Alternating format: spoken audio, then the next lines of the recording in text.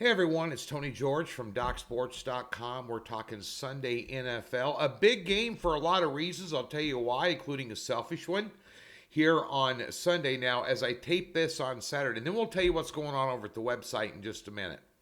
Let's get to the freebie right away. Free plays have been on a nice roll for you. Let's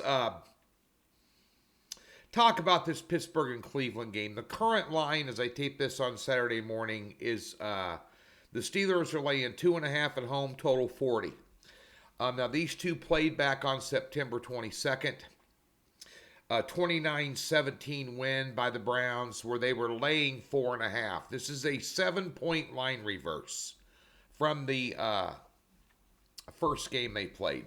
And a lot of things have happened between these two teams since September 22nd. And, of course, I'm going to talk a little bit about the total here, not so much the side instead of how to manipulate it, how I would bet this three different ways, this game here. And this is going to be a good ball game, big time.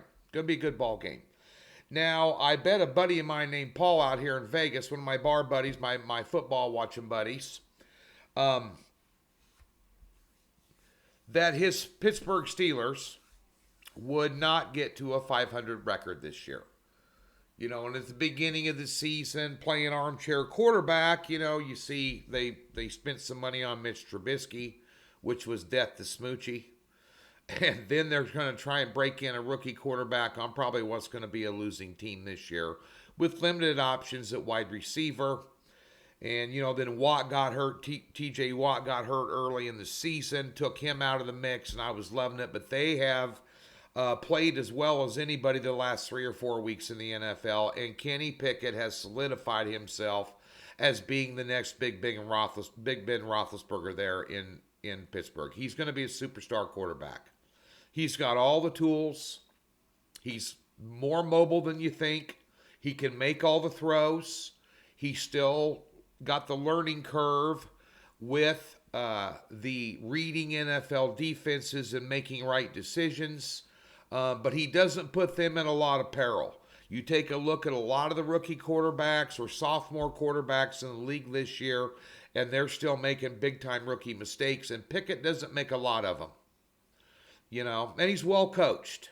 You know, and if Pittsburgh wins this game, sitting at 8-8, they secure the fact that their legendary head coach of 15 or 16 years, whatever it is now, Mike Tomlin, still doesn't have a losing season as a head coach. So there's plenty of motivation here, let alone the revenge factor. Now, on the other side of the ball, Cleveland's been playing some decent ball too, and Watson, Deshaun Watson, back at quarterback, is kind of getting his feet underneath of him. His timing's been off. He hasn't been able to take off and be an elusive runner like he did the first couple years when he was in Houston right out of college in Clemson. But they're starting to secure themselves a little bit more offensively, coming off a big win last week. Of course, Carson Wentz gave him three turnovers, which I don't think Pittsburgh will do here. So the way I would wager this game is this. I think Pittsburgh can beat them. That being said, I'm not willing to lay 2.5. You know, this could easily be one of those games where, as coming right down the wire, I would lean, these are leans. I would lean Pittsburgh on the money line, minus 140. Now, when it comes to Cleveland, I'd put them in a 2-team 6-point teaser and tease them up to plus 8.5. I think it's going to be a 3-point ball game right down to the wire one way or the other. It's a coin flip football game. I think Pittsburgh has the edge at home and a little more motivation perhaps than what Cleveland has. But the under 40 would be the official free play. I like this. Cleveland is 6-0 to the unders their last 6 games.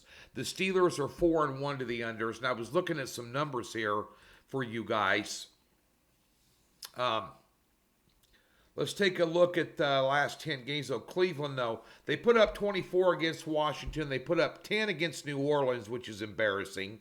13 against Baltimore, only allowed 3. And put up 10 against Cincinnati. In those games, they allowed 10, 17, 3, and 23. And at Cincinnati, only allowing 23 to that offense, pretty impressive. Cincinnati's got a hell of a lot better offense than what Pittsburgh does. If you take a look at the Steelers, their last two games, 16-13 ball game, Baltimore, Las Vegas, 13-10. That was very bad cold weather, but still only being able to put up 13 against the Raiders defense is embarrassing. They put up 24 against Carolina, Baltimore 14-16 game, Atlanta 19-16 game. I just think this is going to be a knockdown, drag-out, classic AFC Central, in January, chilly, cold day in Pittsburgh, just playing some big boy smash mouth football. I would definitely lean the under here, 40 in this ball game. Ought to be a pretty good one. Over at DocSports.com, we give you a free $60. Link in the description below if you've never been a member, and we'll park $60 in your account for you. Give us a thumbs up. Give us a subscribe as well. Not only me, but about 6 or 7 other handicappers posting free picks on this YouTube page daily. So take advantage of some of the knowledge and some of the freebies we give you. Be sure and get over to the website today as well. A ton of free information and great stuff over there for you. As well as I have a 2-pack with a 7-unit top pick in the Lions and Packers game on Sunday. College basketball is rolling along. NBA, NHL, red hot. So be sure and get over there and take a look at the plethora of options we have for you to fatten the wallet. Have a great Sunday. Best of luck.